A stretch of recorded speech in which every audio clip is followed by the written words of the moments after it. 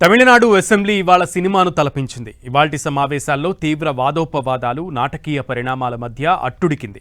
Governor ప్రసంగానికి ధన్యవాదాలు తెలిపే తీర్మానంపై జరిగిన చర్చ సందర్భంగా సీఎం విజయ్, ప్రతిపక్ష డీఎంకే మధ్య తీవ్ర స్థాయిలో మాటల యుద్ధం నడిచింది. చివరికి సీఎం ప్రసంగానికి నిరసనగా డీఎంకే సభ్యులు సభ నుంచి వాకౌట్ చేశారు. ఆ తర్వాత సీఎం తన ప్రసంగాన్ని కొనసాగిస్తూ స్టాలిన్ మేనరిజంను అనుకరించారు. ఇది సినిమా సీన్ను తలపించింది.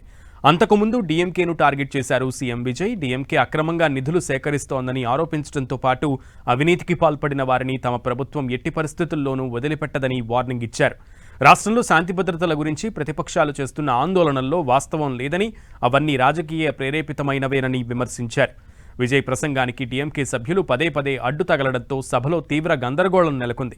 స్పీకర్ జోక్యం చేసుకుని పరిస్థితిని చక్కదిద్దే ప్రయత్నం చేసినప్పటికీ డీఎంకే సభ్యులు నినాదాలు చేస్తూ సభ నుంచి బయటకు వెళ్లిపోయారు. డీఎంకే సభ్యులు వెళ్లిపోయిన తర్వాత విజయ్ తన ప్రసంగంలో డీఎంకే అధినేత, మాజీ ముఖ్యమంత్రి ఎంకే స్టాలిన్ను అనుకరించడం హైలైట్గా మారింది. గతంలో సీట్ల పంపకాల చర్చల సందర్భంగా అంతా సెటిల్ అయిపోయింది అనేలా స్టాలిన్ ప్రదర్శించిన మేనరిజంను విజయ్ అసెంబ్లీలో అనుకరించి చూపించారు. తమ ప్రభుత్వం సిపిఎం, ఇండియన్ యూనియన్ ముస్లిం లీగ్ వంటి పార్టీలతో పొత్తు పెట్టుకోవడాన్ని ఈ సందర్భంగా విజయ్ సమర్థించుకున్నారు.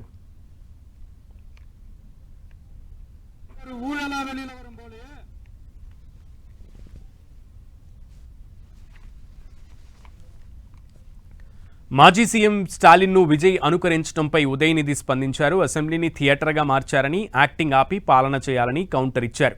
టీవీకే అసెంబ్లీని షూటింగ్ స్పాట్గా మార్చిందని స్పీకర్ యాక్షన్ చెబితే ముఖ్యమంత్రి నటిస్తున్నట్లుగా ఉందని అన్నారు.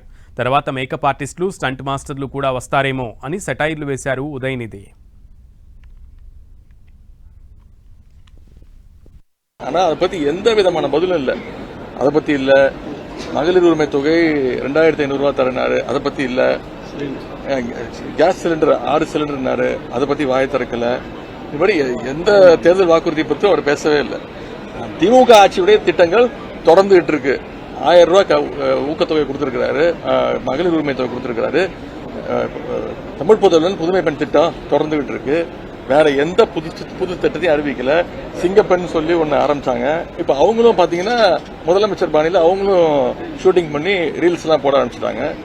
எனவே இந்த ஆட்சி ஒரு கேலி கூத்து ஆட்சியாக, ஒரு சினிமா ஆட்சியாக நடந்துட்டு ஃபேஸ் பண்ண தயாரா இருக்கும். ஒவ்வொரு ஊழலா வெளியில வரும் போலே, ஒவ்வொரு வேஷமா கலைஞ்சிரும் போலே, இங்க இருக்கிற நிறைய பேரு நடுங்கி போய்